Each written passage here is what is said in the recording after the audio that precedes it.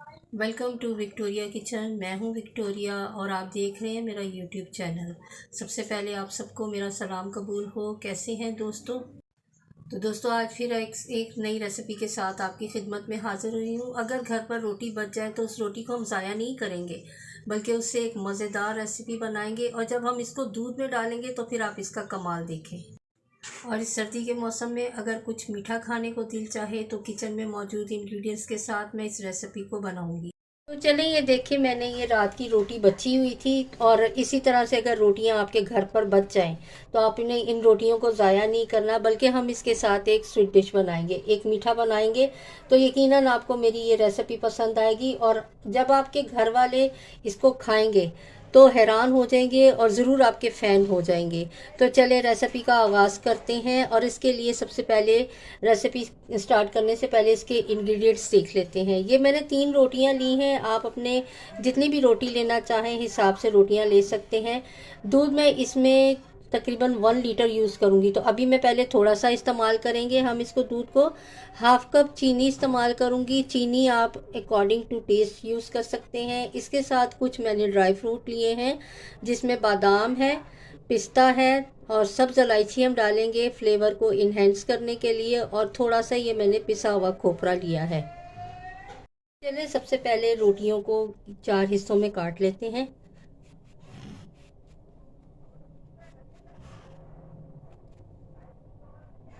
तो ये देखिए मैंने रोटियों के पीसेस कर लिए हैं। तो चलें सबसे पहले दूध को बॉईल कर लेते हैं। चूल्हे का फ्लेम मैंने ऑन कर लिया है और एक कढ़ाई ले ली है। कढ़ाई में मैं ये दूध डालूंगी। तो पहले मैं ये तकरीबन 2 कप डालती हूँ दूध, और उसके बाद बाकी जो बचा हुआ दूध होगा उसको भी फिर हम इस्तेमाल करेंगे। दूध में वैसे पहले बॉईल कर चुकी थी। तो जैसे ही ये थोड़ा सा दूध गर्म होगा तो इसमें मैं ये रोटियां डाल दूँगी। तो जैसा कि मैंने आपको बताया था कि मैं तो 3 रोटियां इस्तेमाल कर रही हूँ। आप अपने हिसाब से इस्तेमाल कर रहे हैं, जितना भी आप इस्तेमाल करना चाहें रोटी, जितनी रेसिपी को आप जैसा भी बनाना चाहें उसी हिसाब से आप बना लें।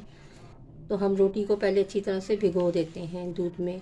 तो जैसे ही दूध बॉईल होगा तो फिर आगे का मैं आपको स्टेप बताती हूँ कि आगे हम क्या करेंगे। ये देखिए दूध बॉईल हो रहा है और रोटियां भी सॉफ्ट हो गई हैं। तो इस वक्त रोटियां सबसे पहले मैं निकाल लेती हूँ और रोटियों को ठंडा कर लेते हैं।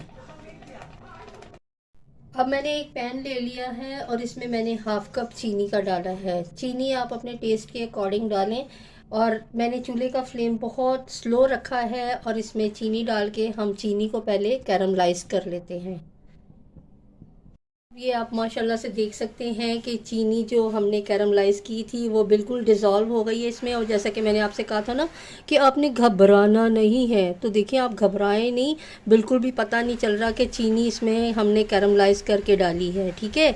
और इसका कलर भी देखिए कितना खूबसूरत आया है। और ये मैंने दूध 1 लीटर दूध इसमें इस्तेमाल किया है। ये अब आपकी चॉइस है। आप इसमें वो कहते हैं ना जितना गुड़ डालेंगे उतना ही मीठा होगा, वो वाला हिसाब आप कर लें। जितनी भी आप क्वांटिटी में बनाना चाहते हैं उसी हिसाब से इस स्वीट डिश को बना लें आप। इसमें मैं कुछ सीक्रेट इंग्रेडिएंट्स डालूंगी, जैसे कि ये मेरे पास सूजी है। तो 2 टेबलस्पून के करीब मैं इसमें सूजी डालूंगी।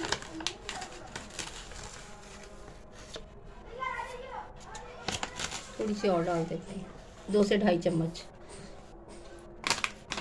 और इसके साथ ये तिल हैं।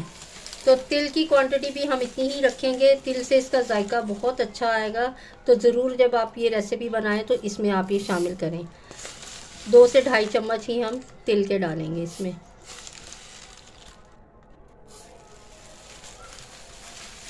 और ये भीगी हुई रोटी जो मैंने दूध में पकाई थी, थोड़ी देर के लिए सॉफ्ट की थी, अब ये इसमें हम डाल देंगे और सब चीज़ों को ग्राइंड कर लेते हैं, ठीक है। और साथ ही इसके हम इसमें जो बचा हुआ दूध है वो भी शामिल करेंगे।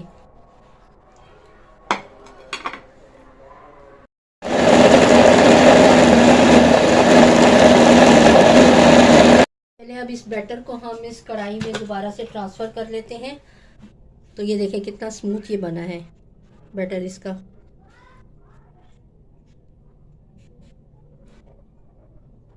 अच्छी तरह से अपने ब्लेंडर को साफ़ कर लेते हैं और फिर उसके बाद इसको चूल्हे पे चढ़ा देंगे।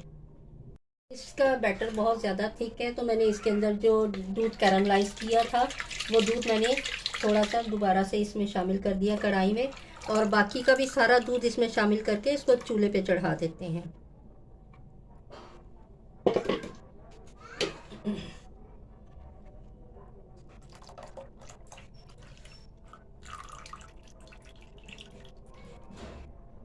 अच्छी तरह से इसको मिक्स कर लेते हैं और उस वक्त तक इसको पकाएंगे जब तक कि इसमें थिकनेस ना हो आ जाए।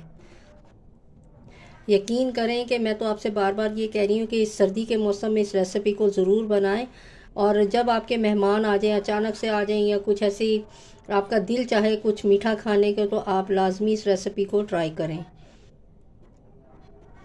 अब ये जब तक ये हमारी खीर गाढ़ी होगी, तो इस वक्त मैं इसमें ये थोड़े से मेवे डाल देती हूँ, और साथ ही हमारी लाइट भी चली गई है।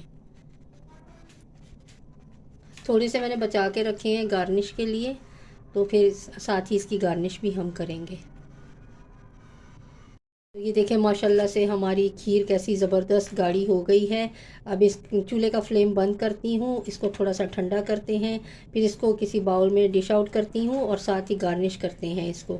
तो आपने देखा कि कितनी ज़बरदस्त हमारी खीर तैयार हुई है। यकीन करें कि जब आप इसको बनाएंगे ना, तो आपका दिल खुश हो जाएगा, और आप मतलब यकीन नहीं कर सकेंगे कि ये हमने रात की बासी बची हुई रोटियों के साथ इस खीर को बनाया है। इसका टेक्सचर आप देखें कितना ज़बरदस्त है, कितनी इसमें थिकनेस है, और बिल्कुल रोटी को हमने ग्राइंड कर लिया तो महसूस ही नहीं हो रहा कि ये बासी रोटी है। वैसे राज की बात है, आप किसी को बताइएगा नहीं कि ये रात की रोटी है।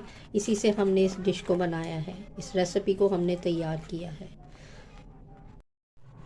तो चलें, खीर तो हमारी ऑलमोस्ट ठंडी भी हो गई है और तैयार भी हो गई है। तो इसके साथ ये देखिए मैंने एक बाउल लिया है, बाउल में हम इसको ट्रांसफ़र करेंगे अपनी खीर को, और इसके साथ ही ये मिट्टी के कुंडे हैं मेरे पास, तो मैं इसमें भी खीर को डालूँगी। और फिर ये थोड़े से मैंने ड्राई फ्रूट बचा के रखा था गार्निश के लिए, तो इसके साथ हम अपनी खीर को गार्निश करेंगे।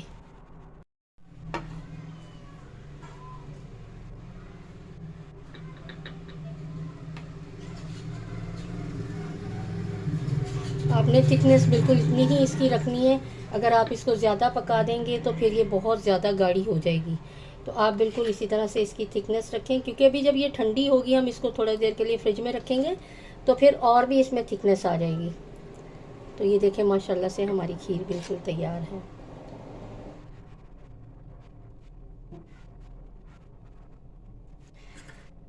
इसके साथ ही ये मिट्टी के कुंडे हैं, इनमें भी डाल देते हैं खीर।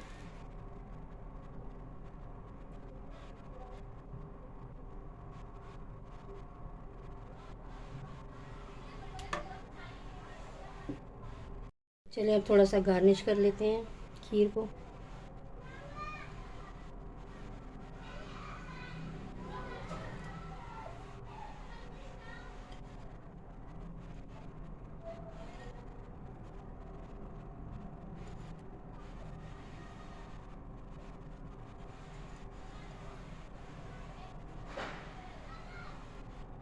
तो कैसी लगी आपको मेरी आज की ये मज़ेदार सी और आसान सी रेसिपी? तो ज़रूर अपना फ़ीडबैक दीजिएगा। तो चलें फिर आप भी बनाइएगा इस खीर को, और अपना फ़ीडबैक देना मुझे मत भूलिएगा। अपनी दुआओं में मुझे याद रखें। खुश रहें, आबाद रहें। देखिए माशाल्लाह से हमारी लो बजट रेसिपी बिल्कुल तैयार है। आसान है और सादा सी रेसिपी है।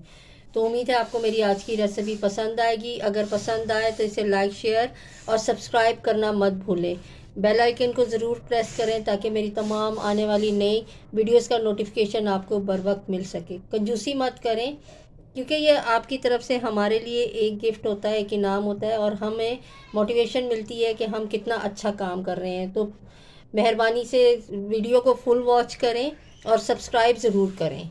आइंदा फिर किसी आसान और लो बजट रेसिपी के साथ आपकी खिदमत में हाजिर होंगी। जब तक के लिए विक्टोरिया किचन की तरफ से खुदा हाफिज़।